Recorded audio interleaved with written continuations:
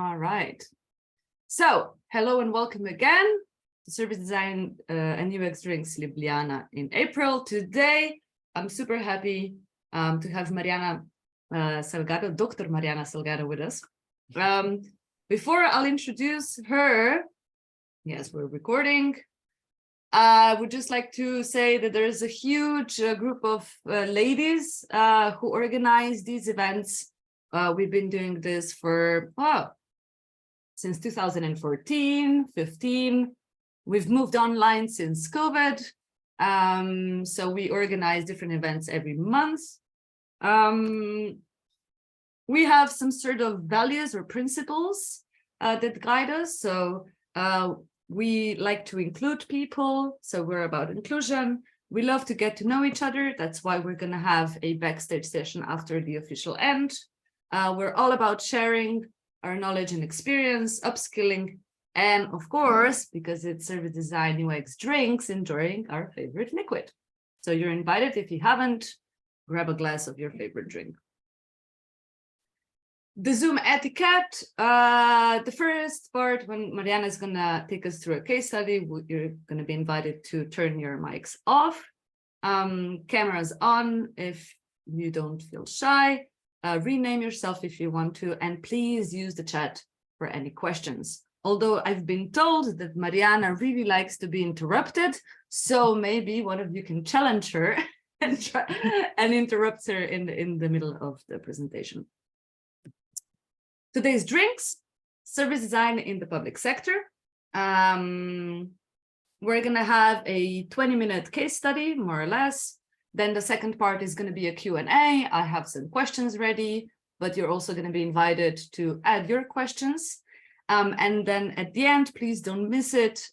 We have a special, how would you say, space for shameless self-promotion. So you can promote whatever you would like. Maybe there's an event, maybe you're searching for a job, maybe you're offering a job. So whatever it can be, this is the place for you to do it. We're going to also announce our next guest, so for the next month.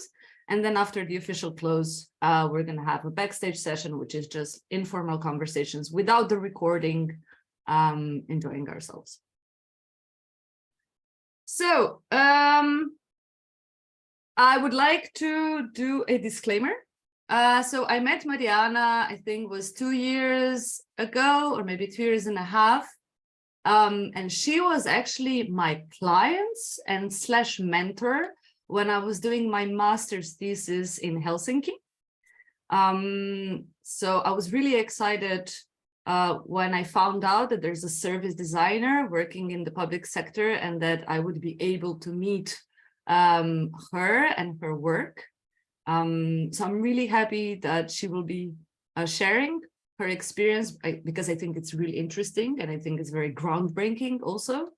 One fun fact about Mariana is that every morning, I'm not sure if that's true, but she said so, that every morning she goes swimming in the Baltic Sea in the freezing waters. So Wim Hof would be proud. We've been also reading that it's really healthy, but really cool. It's true. It's true. Okay, yeah, good. This is a sport here. It's something that we do. Sure. And before I give a word to Mariana, we were actually talking about that we would really like to know who's in the room. So I'm going to stop sharing my screen and I'm going to launch a Zoom poll.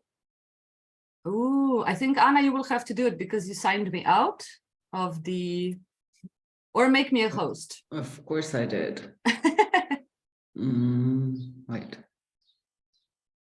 And there's a Zoom poll. Jula, you are the host. I know, but I don't see the Zoom poll because I've been signed out. Yes. You don't see it? I see the poll. Okay, the first one. Who's in the room, I think it's called. Okay, launching. So you should now be able to see it. Do you see it? Yeah, cool. All right. I don't again.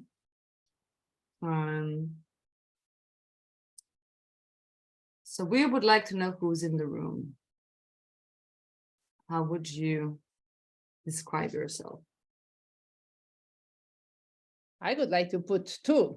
I am a designer, and yeah, yes, is there the option? Yes. There is also, yes, I added the third option. So if you are a designer and a public servant, you can also. But I don't know how to vote. I am so stupid. Really? Yeah. Anybody else think- having? When is it?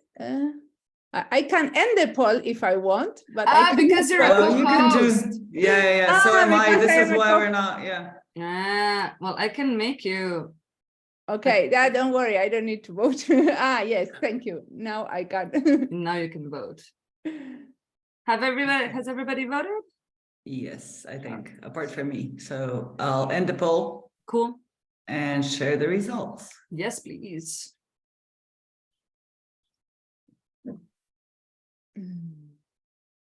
So we Perfect. have, can you all A see? mixture.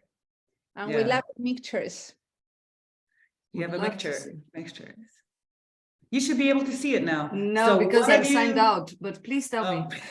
Oh. One of you is a public servant. 7 of you are designers of any kind, and 3 are a public servant and a designer. Ooh, that's really cool. All right. So with this, Mariana, the stage is yours. Take us to Yes. service design in the public sector. Yes. So this is me. I work in a design and innovation laboratory called Inland Design, that it used to be a small group in the Finnish immigration service, and now is the network of designers working within the Ministry of the Interior. And besides my whole-time work, normally in the ministry, I do my podcast, which is a podcast on social design, and I have published more than 400 interviews to designers, and a lot of them to designers in the public sector. And also recently I have done, we have published 3 books that are compilations on interviews on certain topics, like, for example, design and health. Design and Territories is about the collaboration on designers working with different indigenous communities, and design and innovation laboratories. And these are the ones of designers working in municipal, local, and national and regional laboratories. This is part of my hobby, but this is the most listened podcast in Spanish language on design. So it has given me the possibility to talk a lot about these issues with Spanish speakers, and also sometimes I do it in Portuguese, and recently I have once a month I started to publish in English. So you have something around design and public policies in English in Diseño y Diáspora is the podcast. So what is this service design in the ministry? And the first thing I will say is that what is the difference between being in the ministry or in the Finnish immigration service, where I come from, is that most of the designers in the public sector, the ones that I know, they are working in creating new digital services, in digital transformation. They are working in implementation, basically. So the work is more operative, right? It could be definitely within implementations, there is strategic work, but still is in relation to making things real, right? And in the case of our work in the Finnish immigration services, the bosses were super committed to innovation and the creation of the lab. The situation changed radically when we moved into the Ministry of the Interior, because my work mostly is to support others. So we as designers, we are not mostly in charge of projects, but they are helping them to make them. I will explain explain you basically why. So but it still is a little bit more strategic, because the work that we do in the ministry, it is about making public policies and making laws. So when we say services, it's really services. It's a lot about designing processes, designing participations, collaborations, and something that we have to define, for example, with the communication department, that it has been very useful for us, is like, okay, what is the communication that they do? So when a certain public policy is ready, they communicate with media and politicians. And what we do is the creating the process, is the working and the participation with different stakeholders during the creation of the law. And this is the part in which we mainly intervene. So let's start by the beginning. What is a policy? So for everybody, it should be clear that is normally a plan of action of the government. So that means that it's a PDF. Everything that I do, it finally goes into a fantastic, lovely, beautiful PDF. So nothing that I could ever do in the ministry will be a digital service. Normally, there are some ministries that are in charge of services, of certain services. In my case, my work has been always, like, for example, an action plan for the people in irregular. So that means that people with no documents, that in irregular status, decision-making paper on internal security, the strategy for the Finns working in the diaspora, Finland's comprehensive immigration policy, and nowadays is the immigration law. So are the pre-studies for the immigration law. And by the way, a disclaimer, no, we don't call it immigration law in English, but you know how it's called? The Aliens Act. So I don't, this is the formal translation is the Aliens Act. But as if I say the Aliens Act, nobody will ever understand. And also I see your faces. So this is about the immigration law.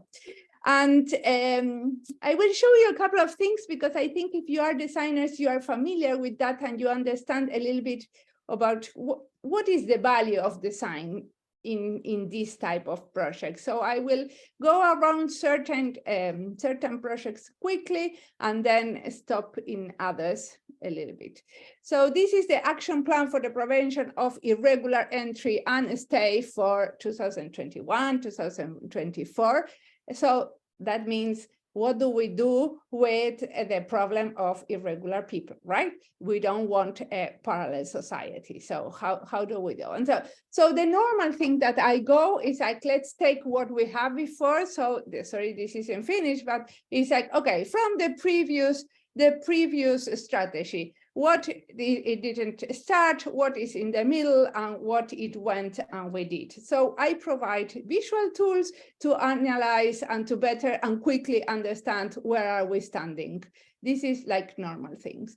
And then we also provide this type of tools for thought, like a customer journey. And this has helped us not only to communicate the final thing, this is the final policy, and but it also helped us to organize our thoughts, organize what are we doing. So we have the actions before the people come to the country. We have the actions at the border, and the actions in Finland once the people are there.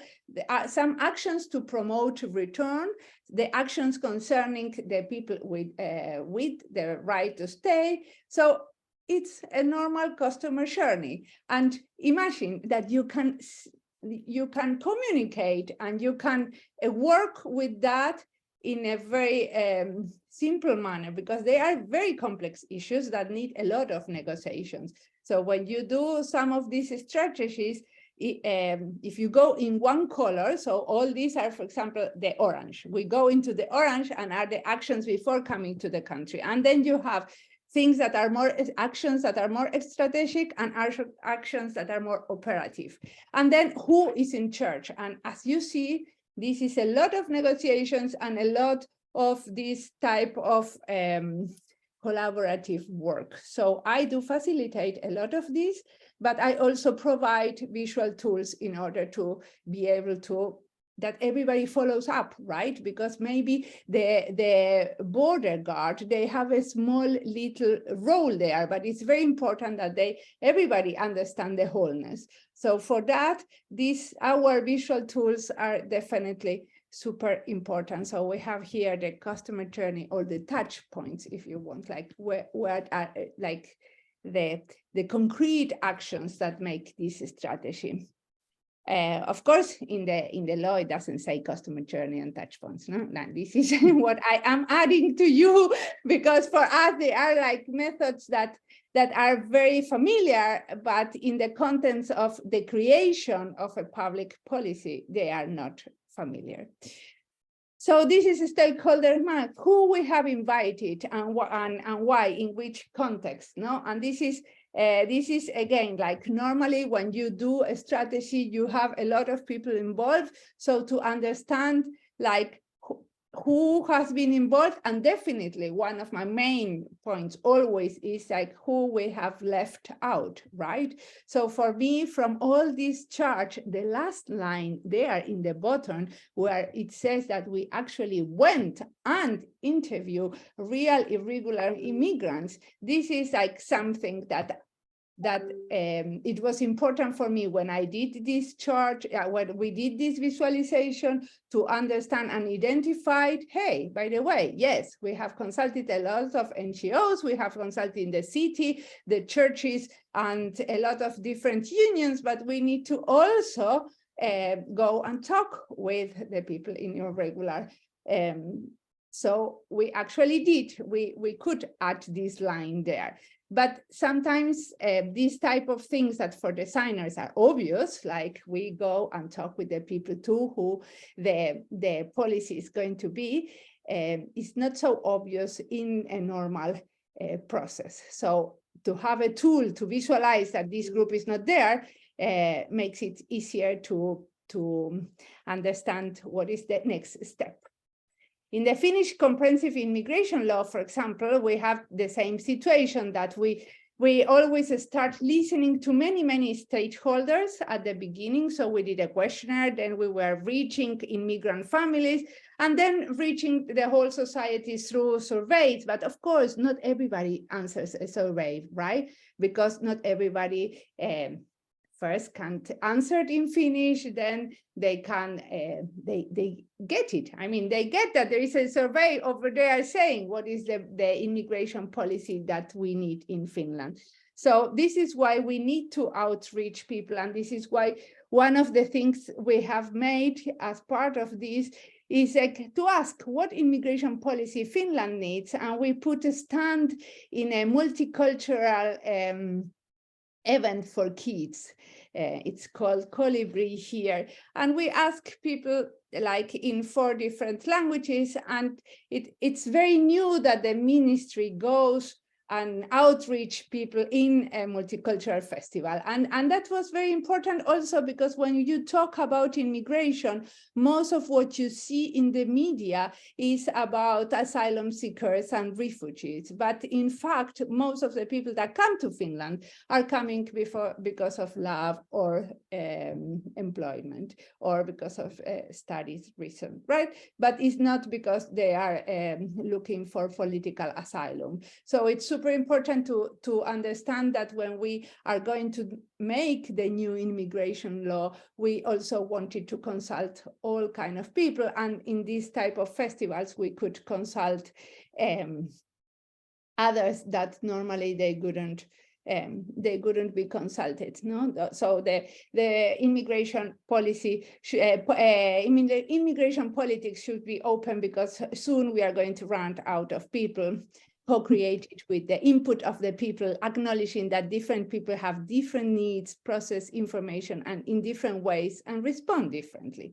So being in an event like that was part of of that, the immigration policies should consider the concept of a family that includes grandmothers. And this is something that that in other countries, for example, in Canada, because I heard that there was someone from Canada here, they have an immigration policy in which they try to promote that grandmothers come to the country, because they know that if grandmothers come to the country, then the mothers of the families, they have more time to go to work, and they are more integrated into society through their workplaces. So they have studied that, and they not in other places, like in Finland, for example, we are not at the moment letting grandmothers to come. And this is something that could definitely be discussed. And it's important that people bring it with their own faces and with their own way of doing, no? And in 4 different languages.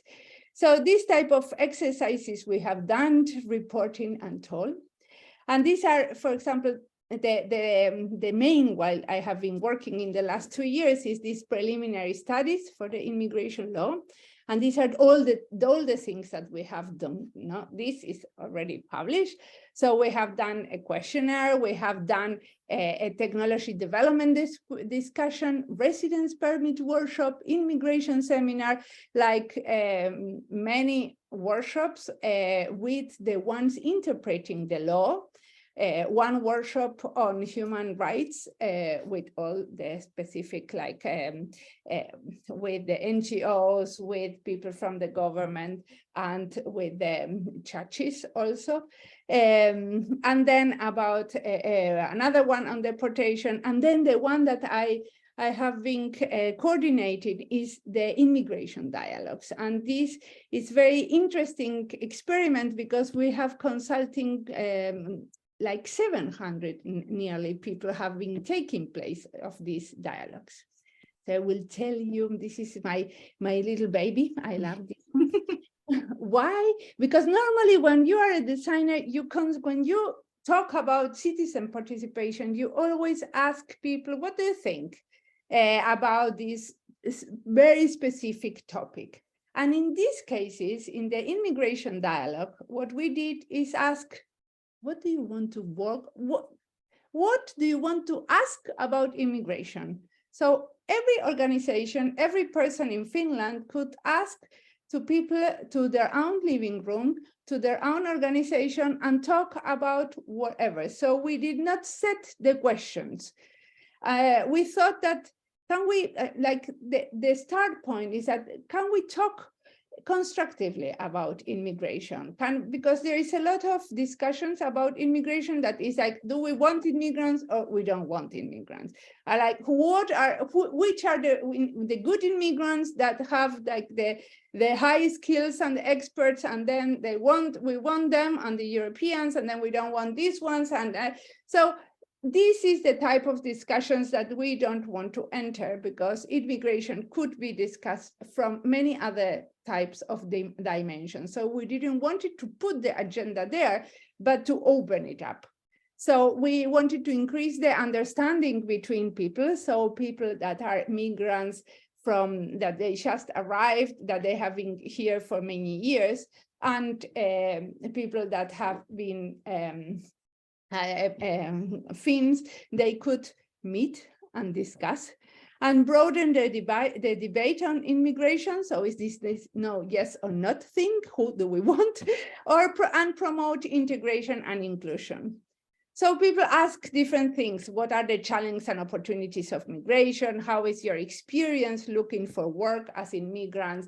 How is to move to Finland? So we have like 72 discussions, and 62 different associations have been organizers have organized these discussions all around Finland in 11 different languages. And then we have very specific guidance on what to do with these dialogues.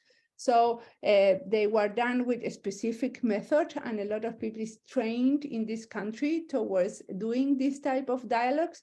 It's part of the national dialogues it's a pilot for the national dialogues. Now we have, before we have dialogues on nature, and we also had dialogues on exceptional times of pandemic. And at the moment we are having dialogues on uncertainty. The good thing is that 83% of the people that came to these dialogues have never been previously participated in similar discussions. And this is super important because we did not tackle the usual subject, like new people came. And 90% of them thought that they wanted to continue this dialogue, that Finland needs more of this dialogue. So I'm not going to go through what we have. Afterwards, we hired two fantastic researchers that they compiled the whole thing and they analyzed what came through these dialogues, and we have published the report in English and in Finnish. And this is part of the things that are going to be the seeds of this new immigration law, and it's going to be the seeds also to other type of policies that are done, because this has been done with we coordinated that, but it was part of 7 different ministries, and to the Finnish Immigration Service and the educational board was also part of this. So it was a super big effort. And something that I could add about this, well, like everybody received it in a very positive way. Yes, you have a question, Anna. Yeah, thank you. I just wondered, if I understood correctly, you mentioned that there was a very specific way that these dialogues were conducted, and I wondered if you could tell us more about that, like in what sense? There is a foundation that was that is started here in Finland, and it's called Time Out. You can find the Time Out, you can find all the material there, but the idea was that first you explain that everybody has to listen to each other, everybody is going to talk about their own experiences, they're not bad and good experience. There's like a kind of a ceremony that you do at the beginning that, and also in comparison with the normal design workshop that we do, we always try to summarize, and we always tried to get into consensus on what we should do next. And like that we might do a brainstorming and then decide things and put criteria. And there the whole idea was to tell about, okay, how is your experience with looking for work, for example? But we just listen to each other without interrupting, and then the one taking notes has also being instructed of taking as literally as possible everything that was said. So not trying to interpret, not trying to summarize, not arriving to conclusions. Because of course, then when we have to analyze and synthesize all that, but we wanted to, as much as possible, to listen with people's voices. So how they themselves perceived to be living as immigrant in Finland or immigration in Finland. So there was some discussions in which you have Finns and non-Finns and people with different backgrounds and different ages. So there was a lot of different topics and a lot of different things, but of course certain key issues they repeated, and this is how then they did the analyzing, pointing us what are the things that that repeated in these materials.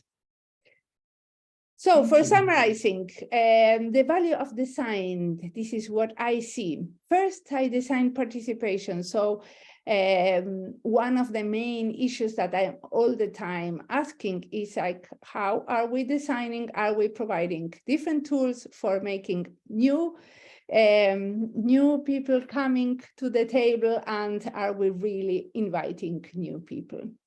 So we are all the time doing research on alternatives and putting alternative solutions. Expanding these collaborations, for example, the fact that Anna Kira came to do her master thesis with us is one of the issues that are very important for me. We are only 2 designers working in the ministry at the moment.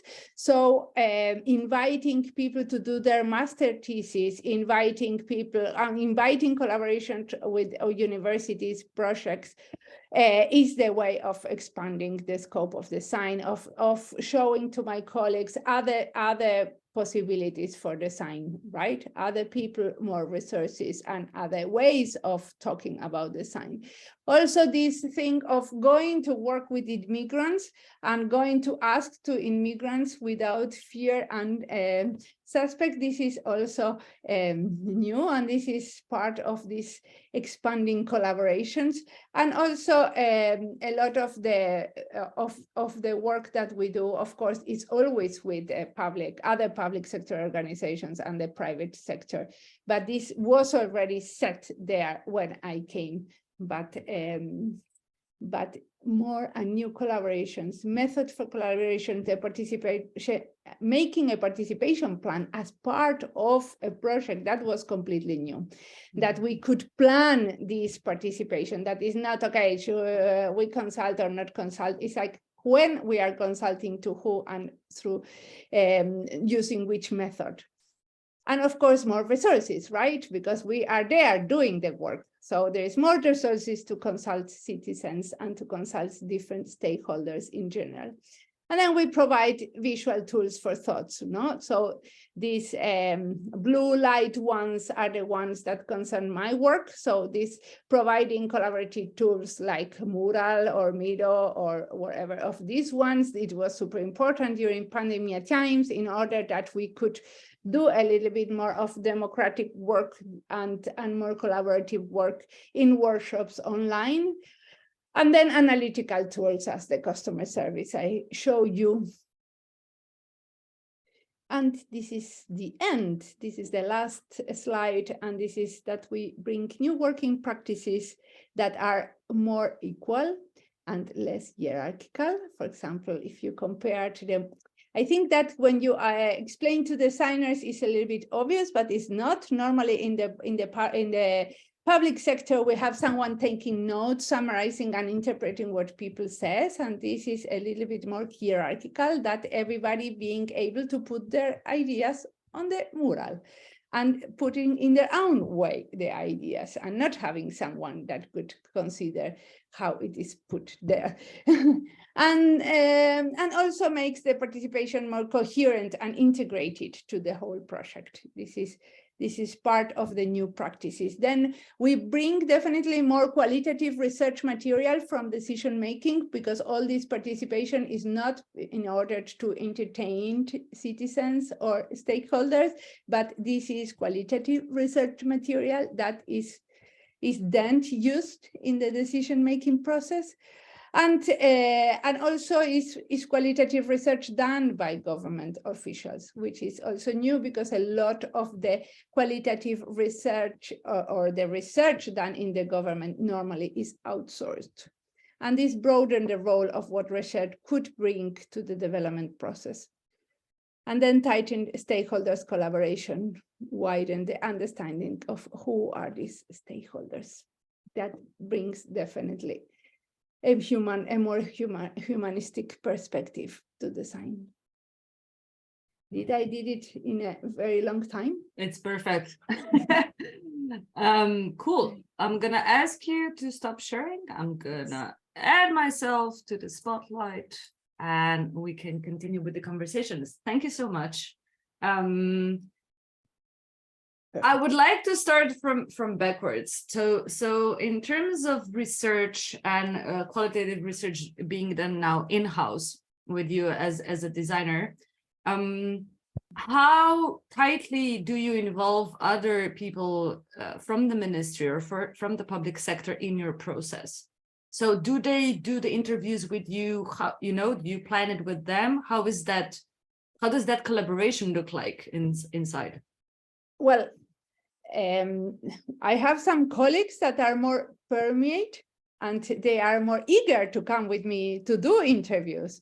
And I always try to get them with me, right? And there are some others that are they are not so eager to come and meet people. But in general, when we do workshops, if I go to interview one person, is different. But if we do workshops and we invite a group of people, I always need with me like a substance expert, right? We are working with the law, for example. And I have colleagues that have been working in this same law during 20 years. So I need them with me, because the people I participate in these workshops, for example, in the workshops concerning the interpretation of the law, they are judges of the Supreme Court, or they are like the NGOs lawyers, and they know the law and they know the very little details of that law. And so I can set up the workshop, I can do some questions, but when we go to the very to where is the discussion going, and I need them to help me to guide a conversation. And I need them to answer certain questions, why certain things is in the same that it is, etc. So yeah, definitely we are always together, and mostly, of course, it depends on the situation, but mostly it's also planned together. So you mentioned at the beginning, when you were showing the process, you said that you wrote customer journey for us, for designers, because this is what we understand, and that in the final document, you don't see those words. So how does, what kind of language do you have to use? How do you adjust? Because design has its own lingo in a way. We have tools, we have, words that are known to us, but unknown to others. How do you bridge that gap, or how do you introduce? I just say, why don't we organize these actions in accordance with the story of a person? Yeah. And then everybody understand that this is clear for everybody, and right? I don't need to use the word customer journey. Yeah. So and I think as much as we avoid our slang, is better, because anyway, it's about how we tell the story and how we summarize it in order to be accessible, right? And the lawyers working with this law, they want that, and they understand, we share the understanding that the law and the policy or whatever strategy that it has to be easy to understand and easy to explain. So of course, sometimes the laws, they don't, the end result is not easy and it's complex and complicated, but in the principle is there still. The same. The objective of making it accessible is still there. Yeah. And I remember when we were working together and we had the workshops, we talked about that there are people in the public sector who, like you said, are eager to do this, and they're curious and they want to learn these things, and that there are those ones that maybe have their doubts, or maybe they're scared. So what, in your experience, what have you found out to be useful when getting people on board? Those that are not initially very excited about, doing things differently. How do you get them interested, or how do you establish that sort of common ground that they start using tools like customer journeys, they do qualitative research, all of these things? It's not easy. I think the main idea is to show them what is the outcome of these workshops, right? Or what can we gain out of these workshops? Because the whole idea is to say, okay, look, for example, this idea, we didn't have it, and now we got it, and we got it from consulting people, right? So it has to be a very clear example, because normally, as far as I understood, in the law university, they don't teach them how to design participation, how to consult citizens.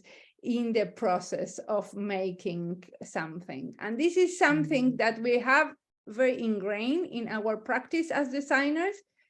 But we have to understand that for them, one of my colleagues told me, okay, Mariana, when are we stopping this craft and starting to really work? So he didn't thought that what I was doing is work. He thought that what I was doing is entertainment for these stakeholders, so they feel that they can say something. But it's not for all of them is clear the usefulness of that. And I think the only way to do it is to do it for many years together. And still, you need to have people with a broad mind, because they might still think that all these ideas come from their own brain, even when they have been in many hours of workshops with others. It's also it's a different culture, and it's a different, we always believe that we designers, we are very strong, and that we always go to the place and we know how to do the things. But in the other disciplines, they also have a big proud of their knowledge. So they know how to do a law, and they have been doing that for 20 years without consulting a lot of people. So why now they should start consulting more people, right? So that it needs a lot of work in order to show and to demonstrate that from that something good could come. And it's just in my opinion, it's just time together. That is not it's not going to be easy. Some of them. One of the things I noticed also in the public sector, so if I met other people, public servants who were interested in design or these types of approaches, what I notice is that, how would I say, the system around them also influences a lot what kind of changes they can make. So I'm thinking about what kind of support, top down or bottom up, does a designer working in the public sector need in order, to be able to spend time with people, so that other people do prioritize these things, because there are many things to do, right? So people have to take time to participate in this kind of projects. Well, one of the things that will show that design is more mature in the organization is when you have designers that they don't have temporary contracts, right? The fact that the designers in the ministry, we don't have like a permanent contract, that makes the situation weaker, right? Okay. But there is a lot of different things that play a game there, right? The fact that I have a PhD, for example, it makes certain respect. If I could have a PhD in law, it could be there, and I do not have it. I have it in design. So the fact that I am a woman, the fact that I am an immigrant, I am Argentinian, by the way. I have been working here for 23 years, and I work in Finnish, and all the work that you have seen, it's done in Finnish. So there is a lot of things that plays there a role. So it's one thing is the value of design in abstract, and another thing is like how much a designer can influence certain decisions. And it has to do with a lot of different things that it's difficult to evaluate because they play all together. If I would be 25 years old, the situation would be different as the fact that that I am older. So there is a lot of things that play a role there that have to be with nationality, age, time working with immigration issues, a lot of different things that that of course it could be very different when if another person from the Ministry of Justice come and said it's very important that we make a very accessible law, it's very different if I bring a tools in order to make it accessible without saying it a lot, because I just don't have the means to say to them in order that it could be respected. My Yeah, I think that's a whole other topic that we could go into. what are the different things that influence like our position or our power to change or influence work around us? Yes. One intermezzo just before did I answer your I question? think yeah, I think you did. Also, everybody else, like if you have sub questions, etc., please use the chat. Before we go back to work, I do have a question. How do you say, breaking down stereotypes? So when I studied design, Finland was, as the prime example of design, and like everybody would look up to Finland for design. And you've been working then, you've been living there. Inside out, how mature do you see or feel that the Finnish sort of public sector is? Is it really that everything is magical and so much better? In your experience, like what is your perception of the maturity of design in Finnish public sector? Things are a little bit more complex. We have a network of 450 designers and design-friendly people working in the public sector. What does it mean? That within that network, we have designers like me that we went through a design education, and we have a title that says service designer. And then you have designers that went through a design education like you, mostly from the universities of applied science, but they have a title called project manager or a title called expert or specialist, right? And then you have, so a lot of these people, they had their permanent positions or their positions in the organization before getting the design education. So they want to apply more design, and they are in the network in order to learn and get peer support to how they do it. And then you have others that they didn't have design education, they don't have a design title, but they think that they could achieve and make change happen through design, and they kind of admire design. So they are there because they want just to learn from designers and other design related issues. So we have all these bunch of people trying to tell each other how can we improve things, right? And it's amazing that the public sector in Finland, they have such a big network of people interested in design. And there is a lot of different organizations that have different levels of maturity. And you have in the social security Kela services, we call it Kela, but it's the social security services in Finland. You have like a big group of designers that has been established and working in different levels and different departments, and they also gather and they also teach each other. And you have like in certain organizations where there is like a very big office of customer experience or customers services, then they have designers or digital transformations or digital services. So in these organizations, design is much more mature, as in the ministry that we are only 2 designers with temporary contracts.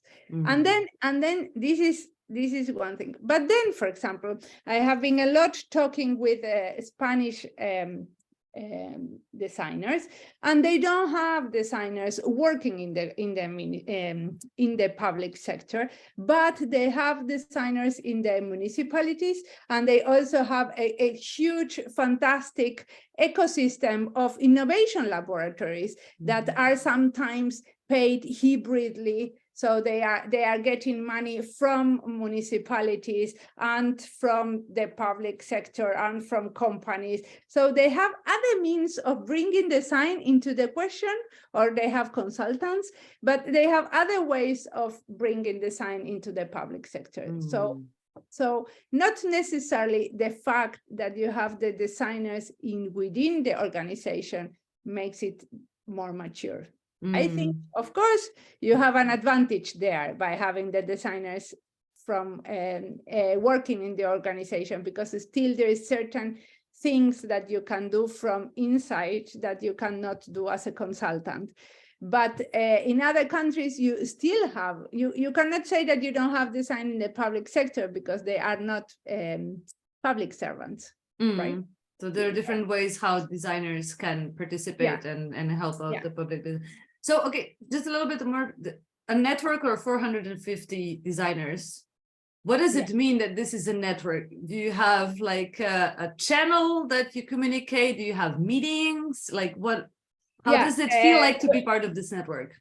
Well, it's super active. We have meetings like once a week. And normally we are, for example, today in the morning, we were, and in these meetings, we are normally more than 50 nowadays.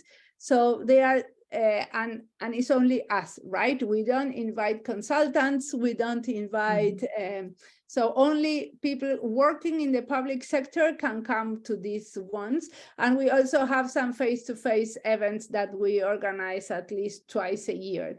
So, but I think it has been a super important platform to educate ourselves, because once a week we listen to other designers. And for a lot of designers, as me, that I normally, because the other designer that works in the ministry, she works in another department, and we know each other a lot, and we have done some work together. Mostly in our daily work, we don't work together. So for me, this listening to what is going on in the tax administration office, what is going on, is super important, because first I learned what I'm not doing, and I could be doing what you know, like how do they see things completely different in other.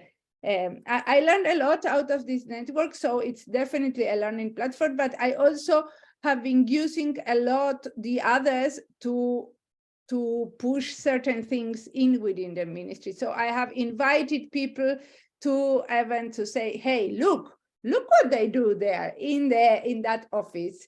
Because if someone else is saying, probably with their own words and better articulated Finnish, that the way I say it always works better, because in these other organizations they do it, so it should work. But because I am a normal colleague that they see me every day, then I'm not someone, no, it's not the same as if someone else say it from another department and with another title, and you know, it works.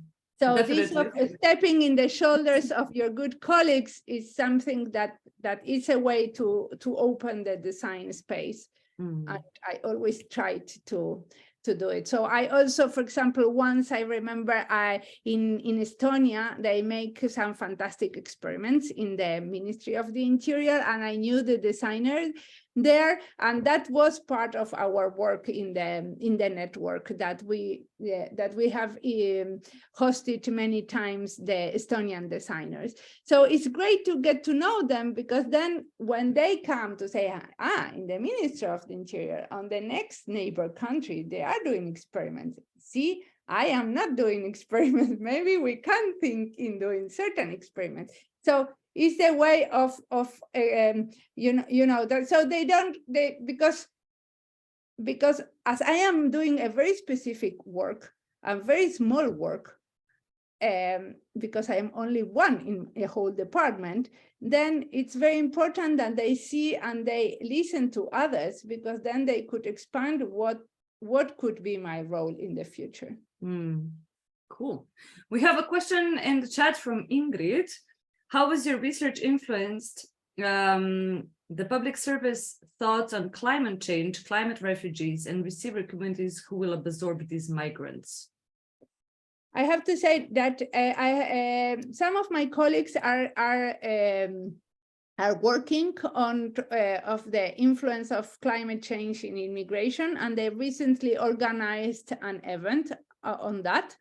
I have participated in the event, but I haven't been working myself with that.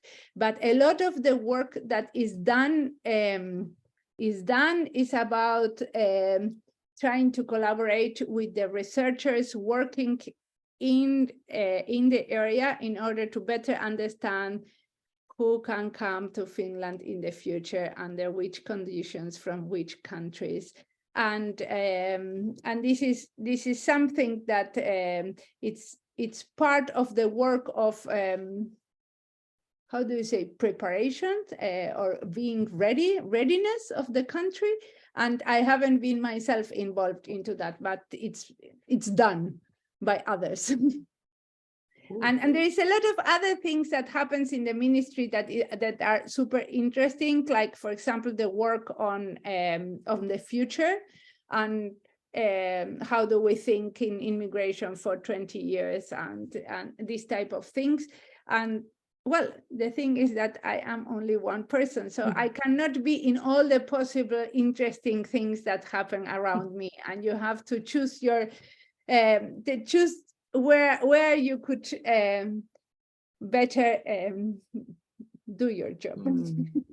Cool.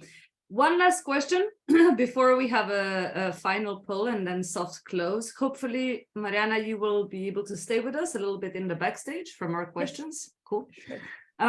So we've now talked a lot about working as a designer from the designer's point of view in the public sector, but we have some people from the public sector today in our session. In your experience, like, what are your thoughts or maybe some tips for public servants who are interested in either including designers or design in general? Any tips, or how can they do that? For me, one of the main issues is that they don't call us when they know what they want. So normally there is this idea that you call a designer to do a website, you call a designer to do a campaign, but we want to be called in the moment that you have a problem, and then we can explore this problem together, because we really need to get deep into the problem in order to understand what to do, when to do, with who, etc. So it's so this is like the first thing that I could say is like, yes, call us to be your partners from the beginning and not when it's decided, because normally when it's decided what to do and you call the designer, then definitely this is not, it might not be the right solution. So to get, the designer will tell you, why don't we go one step back and start to involve the different stakeholders for understanding this problem in a wider way. And then it's like a lot of the work, and then you don't want to go back, right? So the best that you can do is to involve us and to have us as partners all the time. No, I have different roles in my department. So normally I have some projects in which I am from the beginning till the end, but then sometimes someone asks me, hey, can you help me to facilitate this workshop? And then I go, I facilitate, and I leave everything there, or I help them to find the right questions, the right dynamics, and no, I will go doing this online, on site. Why? And I mean, to decide why a certain situation have to be done in a certain way, but then I step out because I cannot be accompanying them through the whole. And also, in many cases, they just don't want me there. Yeah. So, so you adjust. I have different roles in different projects, but it's also interesting to go and do one workshop on one certain topic, because at least I know what other of my colleagues doing, and this is also nice, a nice perspective to have. Cool. All right. Thank you so much. We will continue the conversation afterwards, but before we close the session, Anna, can you launch the second poll, please? So we have another open question for everybody. Is it on? You see it? Yeah. Does everybody see it? It's an open question. So you only answer the question that is relevant for you. If you're in the both roles, then maybe you can answer both.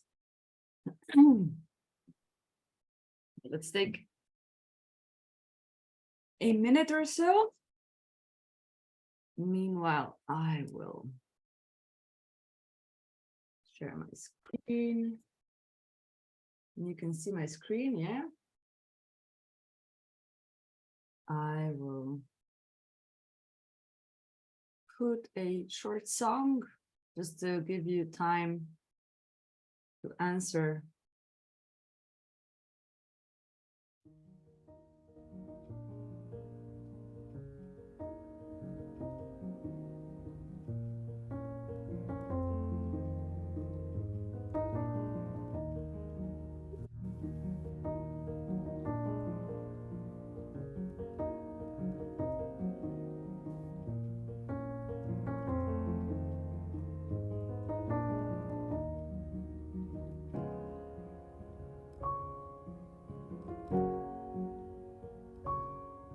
Do we have any answers already? One? We have one?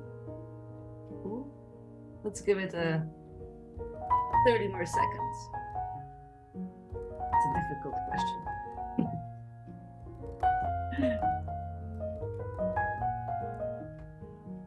I wouldn't know what to say. Right? It's so easy to ask other people, but then when you have to answer it yourself.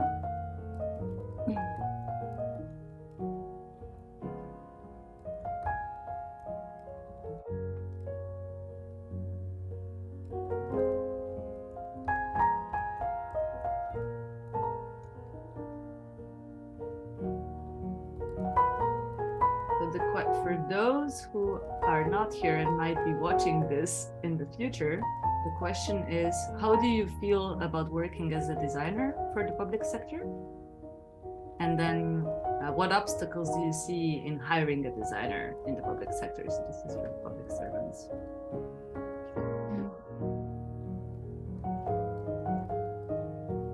We're gonna slowly close the poll. Well, Anna will.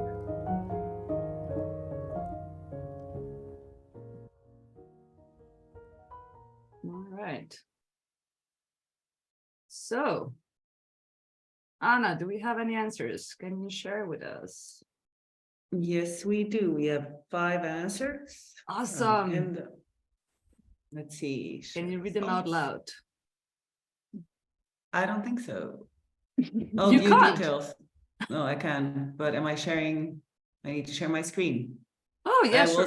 I will send you my link. I'll send you the link. Let me. You can send a link and I can So share. we don't. All right. There you go. Let's see. All right. Do you see it? Yeah. Yeah. All right. I'm gonna read it out loud just in case you can't see it. I do not know much about it, but it honestly seems very limiting in the graphic design sector. I'm a graphic designer, by the way. Interesting. Hey, can I answer that? Because Yes. at least in our communication team, there is a graphic designer and they are doing super interesting work there. It's a lot about communicating these policies and making graphics and infographics for them. I think for us, it's very important that at the end of a process, we could rely on a graphic designer to do the finals. I agree. Feels like a lot of communicating with non-designers to justify your process, but it is a very important job because you have the opportunity to make a difference in important things for people. Yes, definitely. I agree. I have to communicate a lot of time what is service design. This is like the most common answer. Question normally is once a week at least after 3 years in the ministry. Do you have a really cool, like, have you trained to give like a short answer that works? Because I think every service designer hates that question. I answer that in terms of my own role. I design participation with the different stakeholders that enrich the policy creation. I mean, it's that. This is my elevator speech. Nice. All right. I'm interested in working for the public service because of the impact of the project on people's life. Yes. I agree. I am there because of the same. It helps people think creatively about dynamic problems and interrupts mindsets that can be calcified. Harder. Make harder. Thank you. By career habits and systemic injustices, helps them see inflection points. Nice. I think it's very important because we can bring a different perspective on how to frame complex problems by including citizens with the use of soft skills. We can complement the work already done.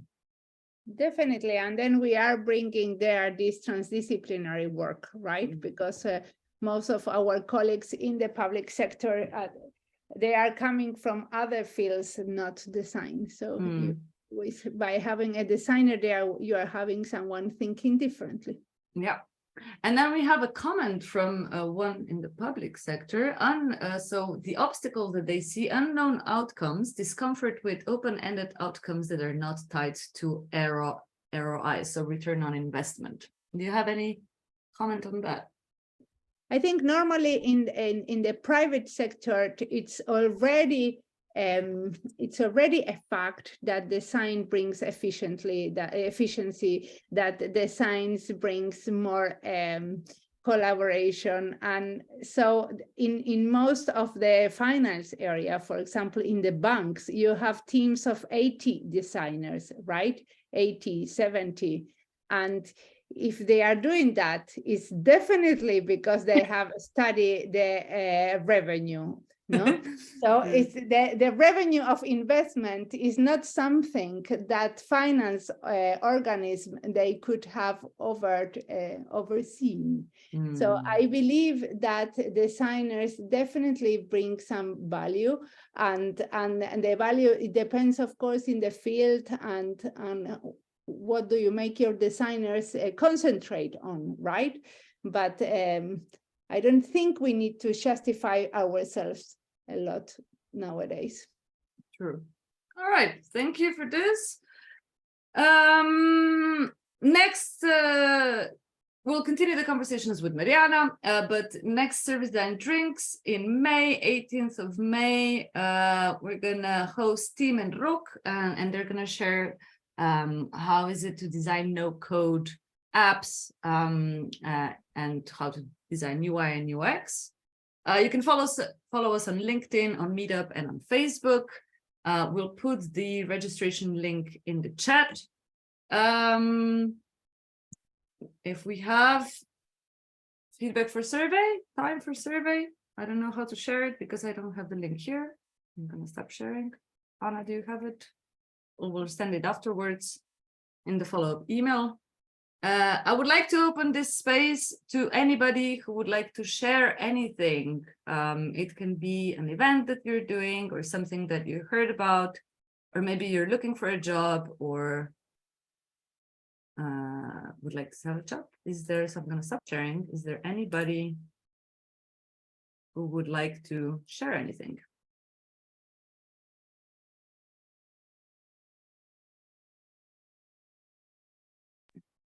Yes, Ingrid. Mariana, I haven't known much about service design, or I come from film and education, and so I hadn't studied design in a formal way, but always participated as a fine artist, or and just talking about personas and focusing on climate adaptation. We are about to ingest so many new personas into the climate adaptation landscape, and to really think about how to develop each of the personas, because as I try to promote workshops about climate adaptation for youth and get into the school systems here in Ontario, and I send the sort of grid of potential workshops that I can facilitate, the agricultural community reads my workshops so differently. And then also as I'm looking for funding, and I'm really struggling with all of these personas for a concept that really is going to affect everybody, and really how to ingest all of the people who will come into climate change is what I've been thinking about as you've talked. Yeah. It's an interesting question, but I understood that, or at least when I have done this personas exercise, is something that you use it for as a way of gathering and simplifying the outcomes of a research. So probably if you have done the research, you know your personas, you know the different type of immigrants that are coming as a consequence of climate. So Yeah, I think it would be great to have these persona sets, for example, for us, in order to think of what are these needs, right? I have never created, in the context of working for the ministry, I have never created a set of personas, but I think it's a very great approach. I had been approached by the U.S. Climate Alliance, which is an alliance of 24 governors who are working on climate adaptation. And I was in this climate funding meeting, and this woman reached out to me, and she's like, I'm having a really hard time convincing all of these climate adaptation policy wonks and scientists that they should take the time to become involved in design. Maybe they shouldn't, then everybody became a designer, right? Like maybe we should provide these personas as tools for them to think, but it's the designer role there, your role there as an artist, to create these personas and help them to use them. Like without, in my opinion, it could be a little bit ambitious to think that they will think as designers, right? But you could still provide a set of personas and tell them, okay, when you are writing that, think in this one, or think in this other persona, that how the whole thing could be applying for them. Because normally when they write a law, for example, they write a section and then they have to write different examples. So they have they could even write these examples using your persona sets. I think largely these laws have been written, and it's really about converting people to accessing the money that has become available. And so her question was, how do I convince these people that they need design thinking facilitation? Yeah. My answer would be bring another designer and tell another stories in which design facilitation was useful. Because this is what I do, bring the other colleagues from similar projects in other organizations, and to tell that this is my only advice. I learned a lot from others, so I always try to bring other voices instead of using mine, because I get tired of trying to convince. Okay. I'm just going to officially close the session so we can stop with the recording. Mariana, thank you again so much. I think I could listen to this and I have so many more questions. But thank you so much for taking your time and spending it with us. I'm going to stop the recording now.